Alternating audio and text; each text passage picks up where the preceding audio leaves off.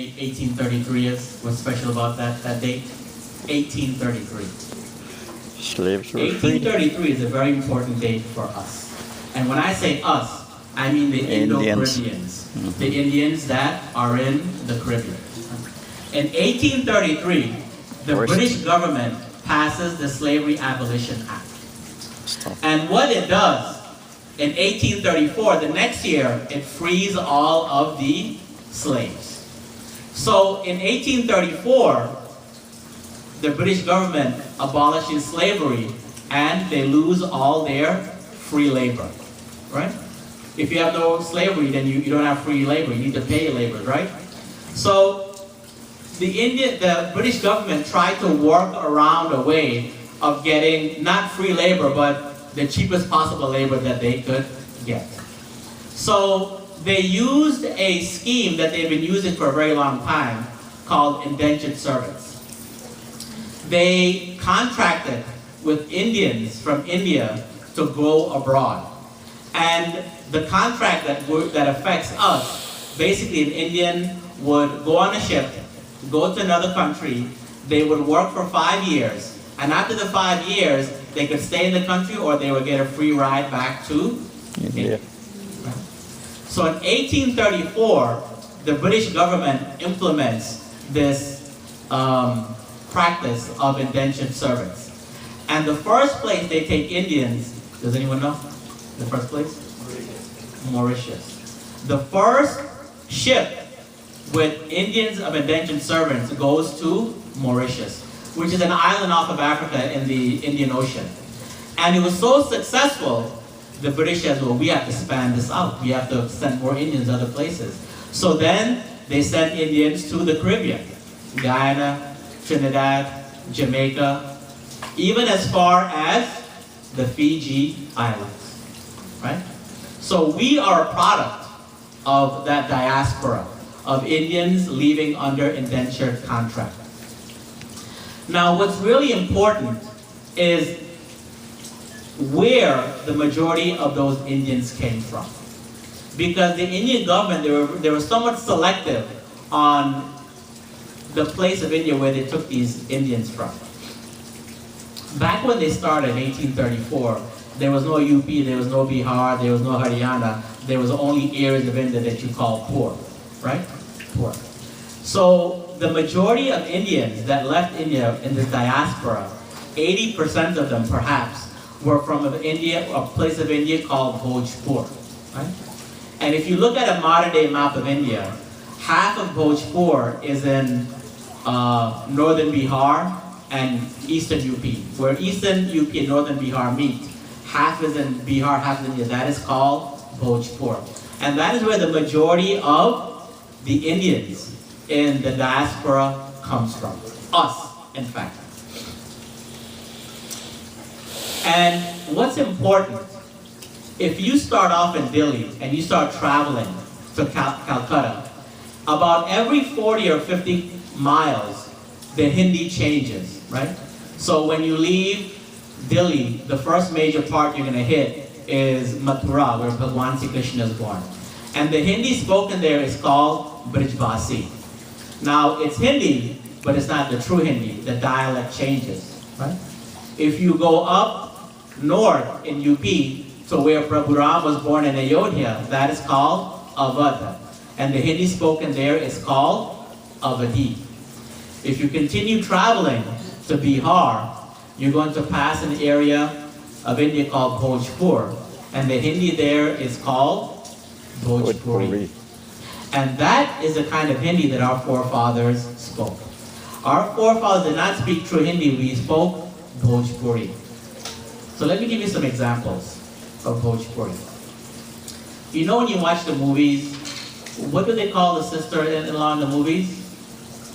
Bhabhi, right? Bhabhi. But we don't say Bhabhi, we say Bhauji. Bhabhi is a true Hindi word. Bhauji is the Bhojpuri word, right?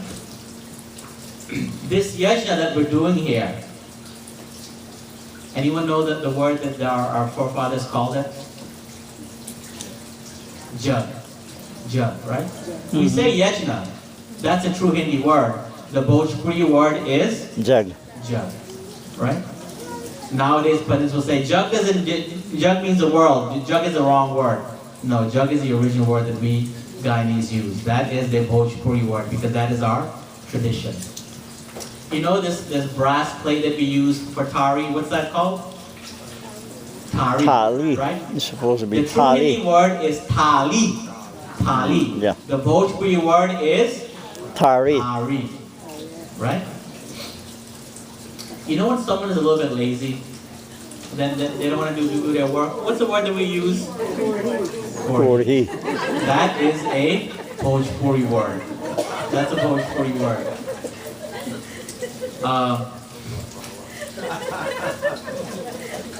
That really is a Bhojpuri word.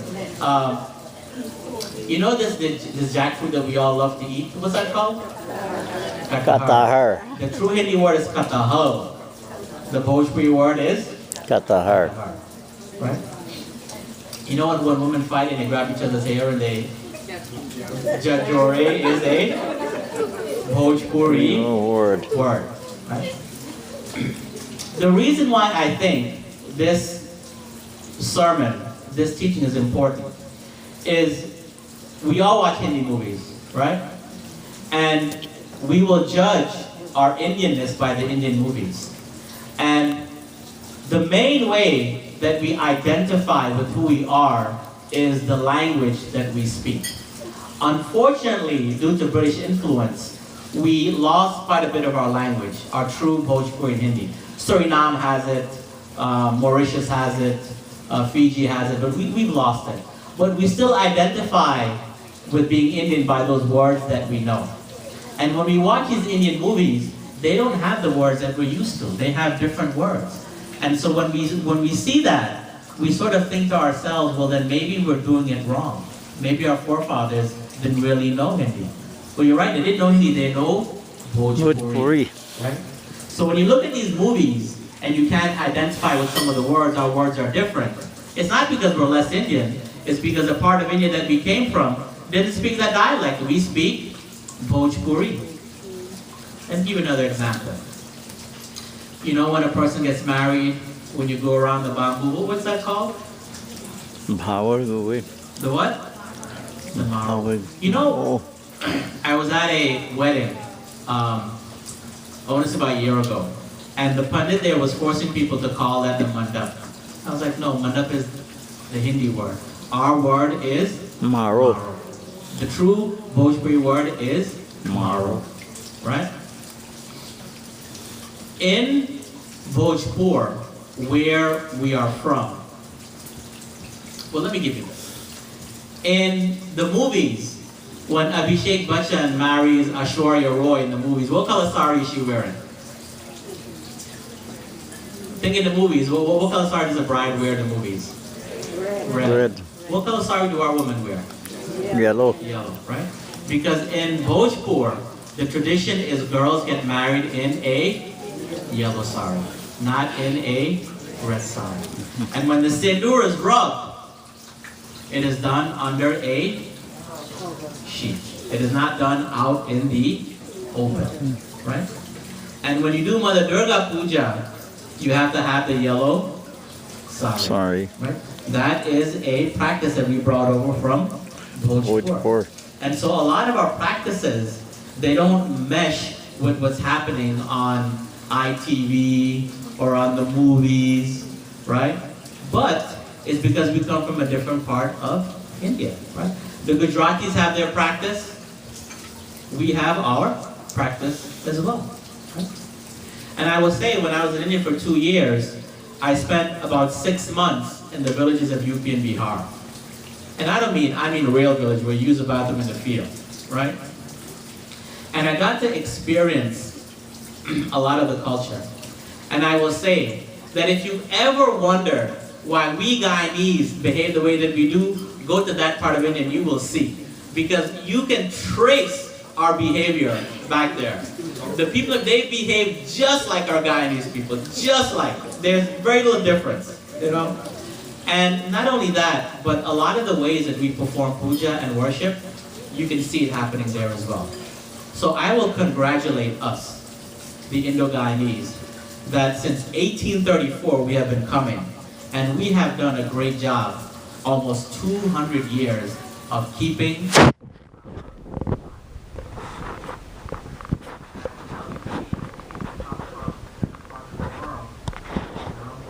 2 days later, they're all of a sudden they're completely American. They have no more of their own culture, right?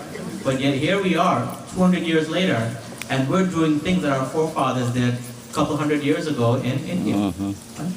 And I have some Indian friends, and they say, you know, you guys are too Indian for us, right? You know. So I congratulate all of us on the way that we've kept this thing together, this Dharma together, you know. And I will say that a lot of that is for our women folk have done a great job. And I think of that because I think of my Nani and her sisters, and the way that they were very strong leaders, and the way they instilled very important values in us, you know. They were very strong women, they knew their Dharma, they respected their Dharma, and they instilled their Dharma in their children, and we are recipients of that. And so I recognize that you women, you are really the bearers of the torch. You do a great job of passing the torch on, the culture from one generation to the next. You know, you've done a great job of doing that. Devotees, I think my time is up now, so let me take this opportunity to thank Kishan Mamu for allowing me to read here tonight.